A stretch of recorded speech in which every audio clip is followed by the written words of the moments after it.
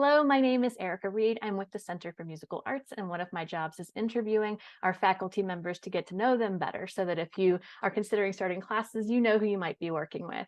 Today, I'm talking to Tamara Goldstein. How are you doing today? I'm doing very well. Thank you, Erica. I believe that you are just beginning to teach with the center. Can you tell us a little bit about what brought you here? Oh, I love the Center for Musical Arts. I knew about it from its inception Mm. a long time ago. And I think it's been wonderful to watch it over the years evolve into this pillar in the community for people to seek out musical opportunities, whether they be adults or children, of all stages of learning. So I've been aware of it since the beginning. Yeah. And just recently, I've had a bit of a journey through different teaching and performing opportunities over the years. And I recently moved back to Boulder after being in Denver for quite a while. So now it's very close to where I live, and I have the opportunity to go seek out some of their events and things. Oh, great. And it's been a magnetic pull, and that's a good thing. Yeah, so it sounds like you've been a long time member of our family already, and we're just getting to work with you a little bit as a teacher now. That's wonderful to hear. Thank you. So you teach piano. Can you tell us how that became your instrument? Oh, wow.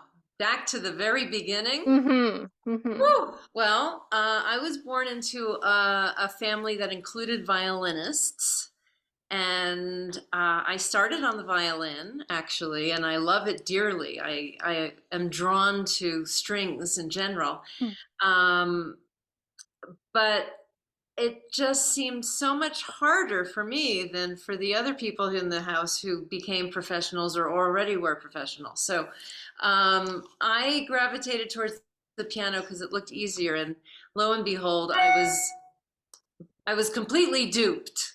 But I stuck with it. I went to pre-college in my childhood, and I went to summer camps that included music, and for a little bit I did violin and piano both, but I it didn't take me long to go into piano. And I was always part of children's choirs. I went as a kid, I went to Manhattan School Music pre-college and then Juilliard School pre-college. And so I was singing as well as playing the piano. Not in voice lessons, but that was our ensemble as pianists, as young. And I always loved theory and ear training, and it was nice. It was good. Yeah. Definitely a big part of my childhood. Yeah. Have you ever come back to the strings, or are you like even as a hobby instrument, or do you stick with piano? No, I don't go near the violin to play it. I can tune it for the little ones if Yeah. I need to. So that's a built-in bonus. Yeah. But Yeah.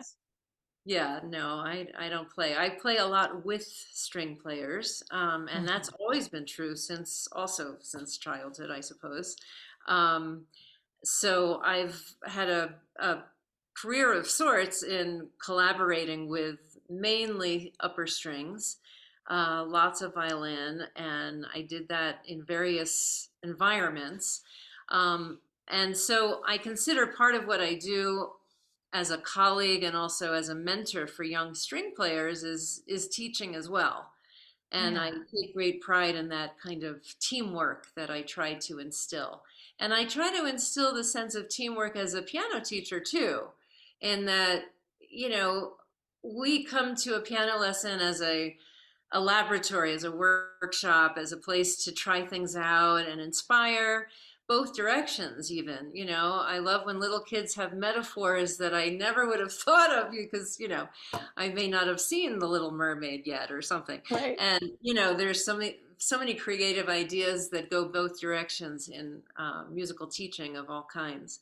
The piano is wonderful because in the very beginning, you just put your fingers down and you make a sound. You don't have to learn how to move your lips for the flute or figure out how to bow for the violin, etc. So um, it it's very popular. That's my way of coming around to the fact that It's very popular, and there are lots of motivations for wanting to play the piano that I Mhm. find extremely fascinating. I taught for a long time at Metro State University of Denver. I was head of keyboard studies, and I, I hired. I was on search committees. I was part of a lot of applied piano, which was one to one, but also in organizing the students so that they could have lots of keyboard experiences, as well as making sure that everything was going well for the faculty. So one of the things about academia is that you find in a place certain kinds of college programs, lots of different ages, lots of different incentives for playing the piano.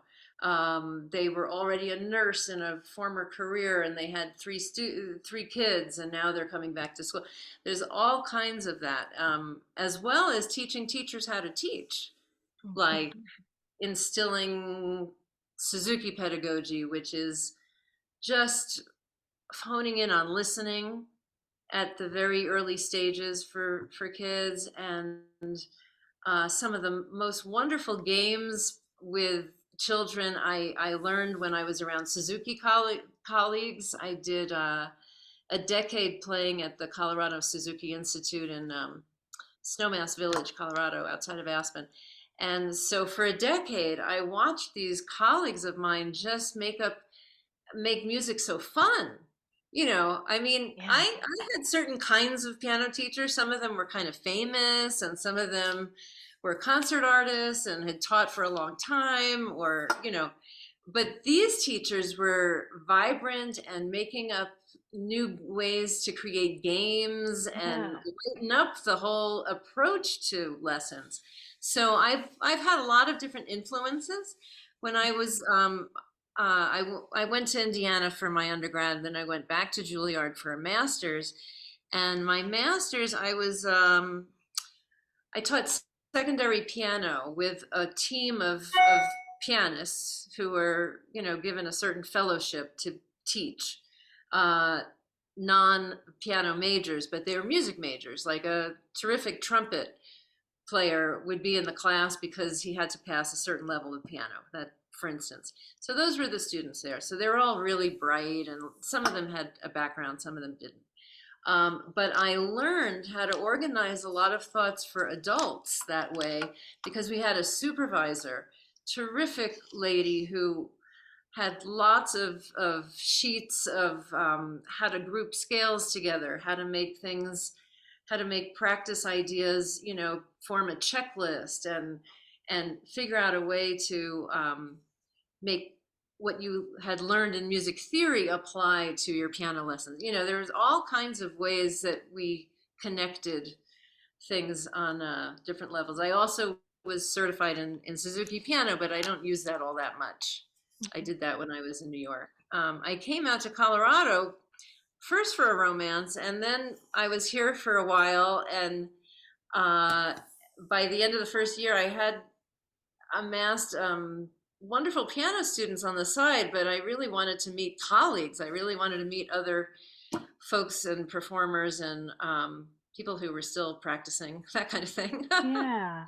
Yeah. So I got involved with the University of Colorado at Boulder, Mhm. and I did a DMA, which is a Doctor of Musical Arts there, and I studied with a variety of influences, really wonderful, wonderful faculty right here in Boulder. And that kind of cinched me, as a Juilliard student, we came out to Aspen for the music festival as kind of our Western exposure. But after that, I came back and I became a resident of Boulder. And I just tell you, it is so wonderful to be here. It's changed my life in so many ways. So at Mm. this point, I have as many years here as I did in back on the East Coast. So I feel like I'm really part of things locally now. I've done a lot of performing, mainly with others. I did some solo work, but played a lot of concertos for a few years, and so got my repertoire kind of um, gave it a purpose. Hmm. And I met a lot of people that way through the local orchestras. And I love it here. I love being part of things. I go to a lot of concerts, and it's fun. Wonderful. So I always ask all of our faculty members sort of about their teaching philosophy. And it sounds like you have no shortage of, as you said, influences to draw from. You have an immense education, you have an immense performance experience. But if you could distill for our potential students your teaching philosophy down, how would you describe that? Ah, gosh, it's hard to encapsulate, Oh, I'm sure. but I'll try. Um, I I like when students are feeling positive about the learning process, whether they're kids or whether they're adults. I love teaching adults um, because they have a little bit more experience with thought processes, right? So um, it's the learning process. It's going from not knowing a piece of music at all to feeling like it's part of you. Um, Hopefully memorizing it, but just feeling like you're emotionally connected to it as well with the older students. Um, my teaching philosophy has a lot to do with the teachers that really resonated with me. And they were the ones who had the most patience, took things slowly, took things apart, analyzed the ingredients so that we had the best ingredients in order to mix that into a cake that was the best possible cake, in a Yeah, sense. got it. So developing the raw ingredients for me are things like playing without pain, playing in a natural way that creates a beautiful tone, learning how to listen to yourself, learning how to hear a song that you really love and how to pick it out on the piano and figure out how to play it. um, and eventually, for those that don't read yet, finding a friendly way to figure out how to read. It's not easy, and it's especially not easy for adults to learn from the very, very beginning. Um, but there's always a way to make it pleasant. The thing about reading is that you really have to be resourceful, and you really have to want it. You really have to practice reading every day when your teacher's not in the room. So I try to create relationships for the younger students with a parent or babysitter or whoever's in a triangle kind of relationship, the teacher, student, and Yes. uh, adult, who can be a practice partner and kind of instill the same positive philosophy the rest of the week. Not to feel like a note is right or wrong, or to try to instill a love for the process of learning. I think that's a tough one, but it creates a wonderful sense of learning for everybody involved. And it really helps out the younger students. For the adult students, a lot of them, how can I say? I'm not going to generalize. Everybody has their own story. And there are adult students who are terrorized as young Right. young learners and who want to come back and say, "Oh my God, please! I know I love this. I just please, you know." Right. And there are books that we can read that motivate the learning process for adults who are interested. There are ways to supplement um, the studio, if you will. So I try to recommend videos and books and other ways that they can. There's lots on YouTube in terms of master classes. I like to feel like we're exploring the world together. Who do you like the most in terms of the pianists who performed, now, and the pianists who used to perform who no longer can? It's interesting to develop listening also. Oh, you love this Mozart sonata, but listen to this symphony or listen to this chamber music piece. Yes. that kind of thing. So it's complicated, but it's all good. Yeah, thank you so much. Yep. So I understand, correct me if I'm wrong, but you work with some of the centers, or you will work with some of the center's more advanced piano students, but you've mentioned young students, you've mentioned old students, I think you've even mentioned teaching teachers. Who is your ideal student? Who would be best to work with you at the Center for Musical Arts? Oh Or anybody? gosh, I don't want to play favorites, you know. I mean, at this point, I have to be very honest and say, you know, I'm semi-retiring. I'm doing fewer concerts and I'm home a lot when I'm home, but there are times when I like to go away because the world is out there and I like my freedom. So I've become very spoiled because I traveled a lot as a professor and I still want to be able to do that kind of thing, you Sure. know? So it's a little harder on the younger ones, Hmm. especially the pre-readers. I don't prefer that. With no offense to any pre-readers out there, maybe there are older siblings that are in the mix that make it accelerate the process. Sometimes that can Hmm. really help. So I'm not against that, but I think I am better suited for right now in my availability and my flexibility. I'm better suited to adults uh, who are somewhat trained, who might have developed some bad habits along the way and want to, you know, check in with somebody, don't know for how long, not necessarily for years and years, but, you know, want to have somebody to mentor them. Adults who are working on specific repertoire already or who have some background. I think that's probably my favorite, you know, ones who know what it's like to be motivated and not motivated, and right now they prefer to be motivated and Yeah, carve out some time and give this a chance, you know, in their that's life. Because very helpful. everybody's busy. Yeah, But you do have to put in some effort to get yeah, it back, you know. So yes. yeah, it's kind of common sense. I love helping out teachers or helping out um, like preformed chamber groups, for instance. Hmm. I like being able Mm. to, you know, if there's a preformed piano trio who wants pointers, and they're amateurs and, you know, wonderful in their professions and they're doing this and they really want some outside help. I love doing stuff like that, you know.